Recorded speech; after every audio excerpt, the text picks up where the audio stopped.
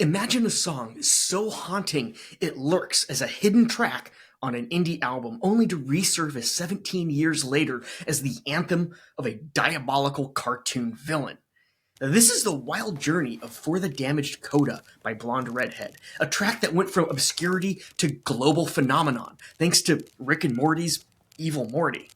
Buckle up as we unravel its creation, its role in a cult classic album, and how it became the chilling sound of an evil, multiversal mastermind.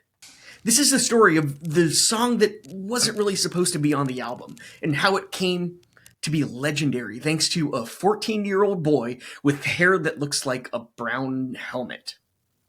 Hi, I'm Andy Fenstermaker, host of Poetic Wax, a weekly music history series and podcast where I dig into the record collection I've been building since the 1990s and explore the sometimes little-known history of a band, album, or song from within.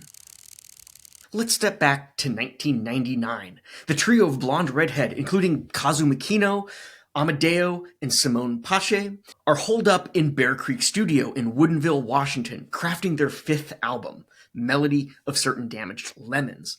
For the Damaged Coda is the album's unlisted final track, a secret ending, or coda, for the song For the Damaged. It's built on the ghostly backbone of Chopin's Nocturne in F minor, Opus 55, number 1.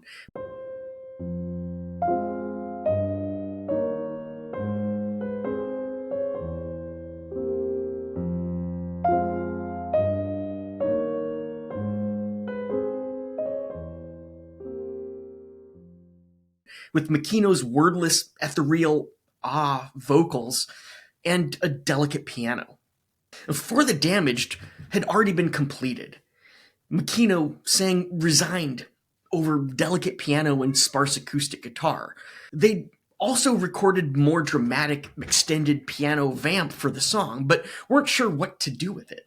Then either Makino or Amadeo, they can't really remember which, had the idea to add wordless vocals along top the song's melody. According to one of the Pache twins, they were trying to craft an explosive ending to the ballad. Quote, "At the time, we were recording in analog still," he notes, "and we needed to figure out how to stack all these vocals on top of each other to get this choir feeling that the record has." The original plan was to have a full choir of children, but that wasn't in the budget. Instead, they layered 20 renditions, 20 takes of Makino on vocals in what she would call an army of my voice. Because you're in such a cocoon, you have this very strong sensation that no one is going to listen to this music, Makino said of the album. Once it's done, you realize, wow, this is actually going to be out there. And beyond that, it's basically out of your hands. End quote. Produced by Guy Picciotto from Fugazi and Ryan Hadlock, the track feels like a fragile, cinematic exhale. Makino later described the recording as an insular, almost dreamlike process with no expectation of any mainstream success. At just 2 minutes and 37 seconds, this hidden gem was a quiet experimental flourish meant for the most dedicated listeners. So, it's 1999. Blonde Redhead had been crafting their own brand of art rock for nearly a decade, birthed from the disparate influences spanning the globe, yet walking alongside New York City kin like Sonic Youth. But with their fifth studio album, Melody of Certain Damaged Lemons, they would tap into something darker, more intimate and more haunted, and arguably more timeless. This was the band's first album produced by Guy Picciotto of Fugazi, and it marked a clear turning point in their sound. Gone were most of the noisier, Sonic Youth-inspired textures of earlier records, the stuff that birthed their name, bands like no-wave band DNA.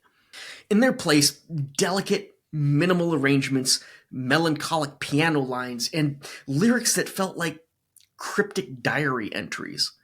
In Bear Creek Studio, the band found a cocoon-like escape, free from New York's chaos, a place known for capturing raw, emotional performances. And Melody of Certain Damaged Lemons certainly lives up to that reputation.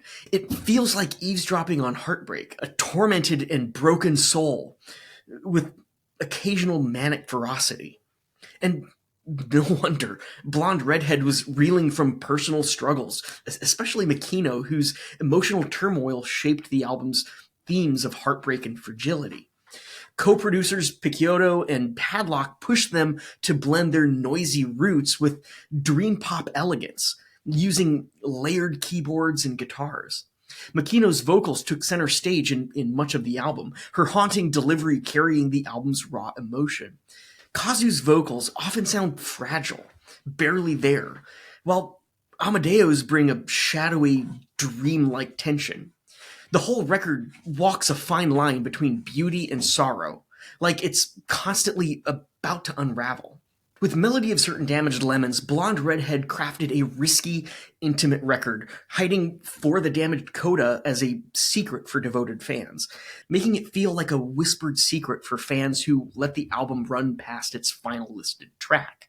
When it dropped on June 6 of 2000, it didn't top charts, it didn't dominate radio waves, but it quietly became a cult favorite among indie rock fans, especially those drawn to its cinematic sadness. And for fans, that secret seemed to linger, lurking hidden in the shadows. Years later, that ghostly piano loop would rise from obscurity to become one of the most recognizable music cues on television, thanks to Rick and Morty. But before we get to Evil Morty, we have to understand why this album feels like a tragedy, like the kind of story that ends with a quiet, devastating twist. Melody of Certain Damaged Lemons doesn't tell a single story, but it does evoke a world where every story ends a little broken. There's a sense of loss stitched into every single song, not dramatic, usually not loud, but quiet and resigned. Like someone who's already accepted that things won't get better, but still keeps searching for meaning anyway. The lyrics are cryptic, dreamlike. Lines drift by like fragments from a conversation you only half remember. It's not about clarity, it's about feeling. The production adds to the emotional weight. Sparse guitar notes hang in the air, drums are slow and deliberate, like a heartbeat slowed down by sadness. And then there's the piano, especially on For the Damaged Coda. Soft, repetitive, almost like a lullaby for something that's already been lost. It's not just melancholy, it's elegant melancholy. The kind that doesn't scream for your attention, but slowly pulls you under. So when we talk about why this album and this track became the anthem for one of Rick and Morty's most enigmatic and emotionally complicated characters, it's not just about the sound. It's about the feeling. A feeling of inevitable collapse, of intelligence that comes with a price, of control masking grief. And that's where Evil Morty comes in. When Rick and Morty introduced Evil Morty in the season 1 episode Close Encounters of the Rick Kind, the twist was chilling, but it was the music that made it unforgettable. As the camera panned and the true villain was revealed, a haunting piano loop began to play. Blonde Redhead's For the Damaged Coda. The song's melancholic melody and eerie atmosphere perfectly encapsulated Evil Morty's sinister yet complex nature. Its use in this pivotal scene left a lasting impression on viewers, cementing the track as the character's recurring official theme. Interestingly, the band had little involvement in the song's selection. In an interview with Vulture, Kazu recalled that she only vaguely remembered being approached for the approval. After all, the track had been an afterthought, an unlisted bonus on Melody of Certain Damaged Lemons 14 years prior, and it was nothing new to be used in film and cinema. So the sudden resurgence and subsequent spike in popularity came as quite the surprise to the band. The song's association with Evil Morty was further solidified in the season 3 episode, The Rick Lantis Mix-Up, also known as Tales from the Citadel. where it played during Evil Morty's rise to power. This exposure led to a significant increase in streams and downloads, with the song reaching a whopping number 15 on Billboard's Hot Rock Songs chart in 2017, 17 years after its original release. So, in response to the song's newfound popularity, Blonde Redhead released a reimagined version titled More Coda in 2023.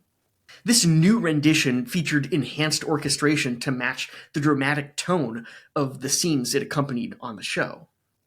Once For the Damaged Coda was linked to Evil Morty, it didn't just stay on TV. It exploded across the internet. The track quickly became shorthand for betrayal, tragedy, and dramatic plot twists in meme culture. Its slow, descending piano motif became the audio cue for videos that set up cheerful scenes, only to end in emotional devastation. It was used in anime edits and gaming montages and fan tributes. Basically, any moment where someone wanted to signal everything's about to fall apart. On TikTok, the song surged in popularity again after its original TV placement, as users layered it over everything from ironic humor to genuinely emotional content. It's rare for a song to have this kind of second, or honestly in this case, third life. A cult indie track turned dramatic TV score mantra turned viral meme. But perhaps what makes it resonate across all those contexts is the same thing that made it resonate on Melody of Certain Damaged Lemons to begin with. It's subtle. It doesn't demand your attention. It just quietly devastates you. In the end, For the Damaged Coda wasn't written for Evil Morty. Not even close. It wasn't written for TV or memes or viral fame. It was written by a band searching for a sound that felt intimate and fractured and unguarded.